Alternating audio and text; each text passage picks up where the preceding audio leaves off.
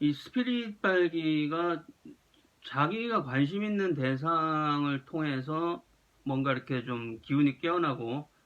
이 그쪽으로 방향이 이렇게 딱 세팅이 되고 몸에 있는 기운도 더 깨어나서 이 활력 있는 생활을 하는 긍정적인 그 힘쓰는 방식이라면은 이 대상이 항상 일정하게 유지하기가 어려운 문제가 현실적으로 있거든요. 이게 자기가 그걸 계속 정해서 간다고 하더라도 이게 계속 레벨업을 하는 이 한계가 또 있고 거기에 막혀버리면 더 이상 진도가 나가기가 어렵고 또 뭔가를 대상을 설정하는 것 자체도 계속해서 유지하기도 어려운 문제가 있고 그거에 또 계속 매여서 그거에 집착을 해서 살아야 되는 것 사실 피곤한 문제도 있고 해서 그런 대상을 설정하지 않고도 이렇게 좀 깨어난 상태 그냥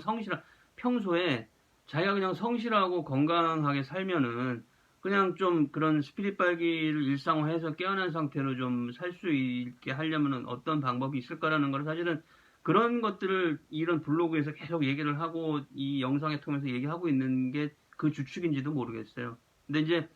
그렇게 하는 과정에서 그런 뭐 기운이 좋은 상대를 만나서 나 역시도 좀 깨어있고 싶고 또 이렇게 복부도 당기는 힘도 강하게 해서 내 코어 힘도 강하게 하고 싶고 어떤 비전회의를 통해서 어떤 성적으로도 온전하게 증폭되는 힘쓰기를 하고 있고 해서 이런 저쪽 편으로 건강하게 건너가서 내가 이렇게 좀 활활 타오르는 상태에서 안정을 이루는 상태로 가야 됐으면 하는데 이게 그쪽으로 갔으면 좋겠다라는 건 알겠지만은 이게 계속 힘을 써도 길이 열리지 않고 반발돼서 나오면은 어렵거든요. 이걸 계속 밀어붙이기가. 근데 부분에 이쪽에서 저쪽으로 건너갈 때 길이 열리는 여부가 그게 내 맘대로 되는 게 아니다라는 거예요. 그게 어떤 문제가 있냐면은, 음, 그거를 자기 자유자재로 할 수 있으면은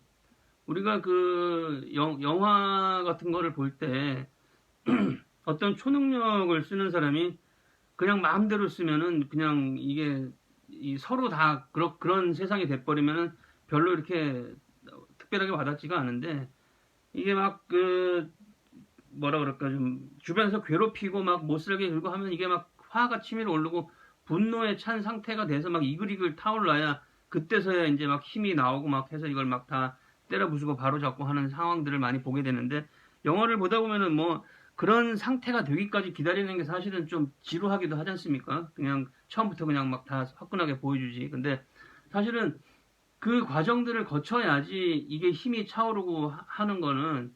그렇게 어떤 이 절박한 상황에 가서 힘을 쓸 수 있을 때에 그 힘이 어떤 그 진가를 갖게 되는 거고 소중하다라는 거를 알게 되는 거고 그거를 지키려고 하는 거게 되는 거죠. 그러니까 내가 어떤 이쪽 편으로 저쪽 편으로 건너가서 평온한 상태의 힘쓰기를 이렇게 활기찬 상태를 유지하고 싶은데